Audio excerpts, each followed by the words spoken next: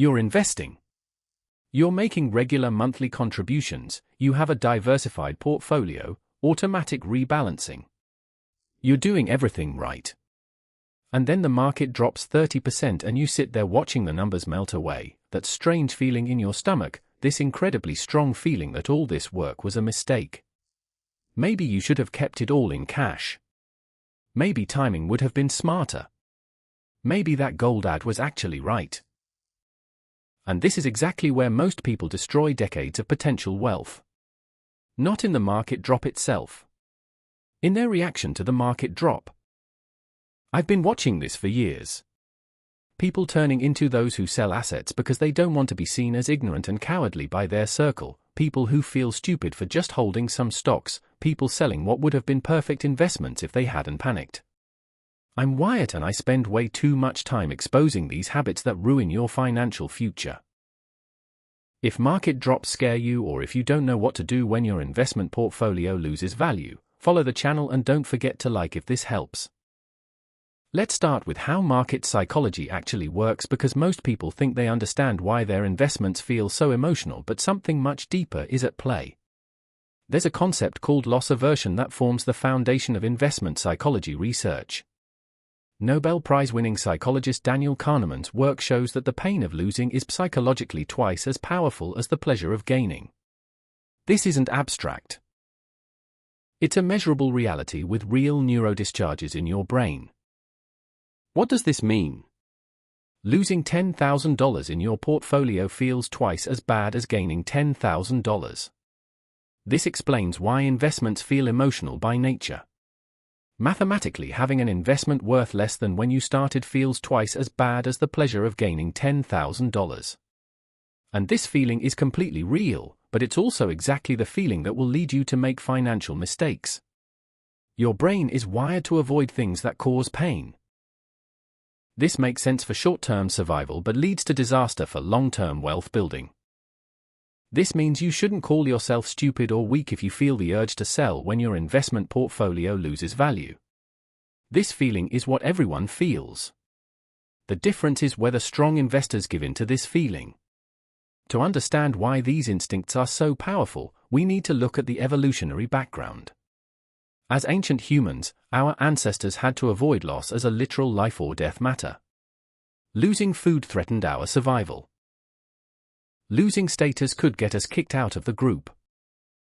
Investment portfolio loss naturally triggers this ancient threat response. The brain processes it biologically as a threat. The most interesting part is this: in financial markets, this threat response does the exact opposite.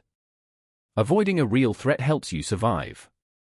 Reacting this way to a market drop harms real wealth accumulation. Your evolutionary programming directly conflicts with making good financial decisions, and recognizing this changes things even if you can't fully fix it. Now let's talk about 9 things people say about market psychology and what each one really means. First, I want to panic sell during market drops.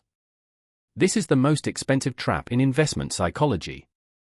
Research from JP Morgan showed that from 2003 to 2022 the S&P 500 returned 9.8% annually. But the average investor who missed just the 10 best days of that period got only 5.6% annually. Just 10 best days in 20 years. That almost halves the return by missing 4 days. And do you know when those best days came?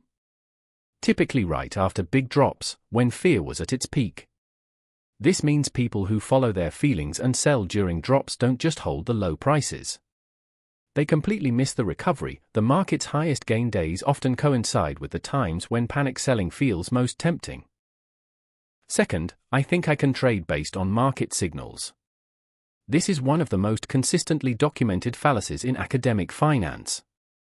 Market timing is something that more than 90% of professional fund managers fail at over the long term.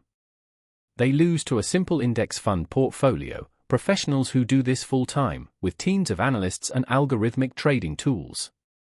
Then you and I, with full-time jobs, families, and normal lives, try to get the timing right. You're trying to compete with a machine that works for AM every morning, programmed by the smartest mathematicians on the planet, with instant access to billions of dollars of financial data. The importance is not in timing the market but in spending time in the market. It sounds like a cliché, but it's backed by decades of research with a 90% failure rate. Third, I suffered a big loss and I need to make it back. This is something called the break-even effect, a particularly dangerous feeling that pushes people into irrational risk after a big loss. After suffering a big loss, people are more likely to try to make it back quickly with high-risk bets. But what actually happens is this: if they suffered the initial loss, it was usually from taking excessive risk, trying to time the market, or picking specific stocks. Continuing the same behavior will likely cause even more damage. The break-even effect leads to a second loss that's bigger than the first. After a big financial loss, the best thing to do is often to deliberately be boring, return to your investment strategy, keep contributing, and avoid high-risk compensatory gambling. Fourth, I saw other people make a lot of money in the short term and I think it could work for me too. This is FOMO-driven investing, or, more technically, social reference point-based financial decision-making. When people receive information about other people's financial gains, it naturally changes their standards of what's possible, usually comparing themselves to quite selective, cherry-picked success stories. The critical thing to understand here is this: you hear stories about big short-term gains because those are the attention-grabbing ones. You hear less about big short-term losses because people find them embarrassing. This is definitely a sampling bias issue. For every great short-term gain, there are many people experiencing the exact opposite, and no one knows who they are because no one announces their losses.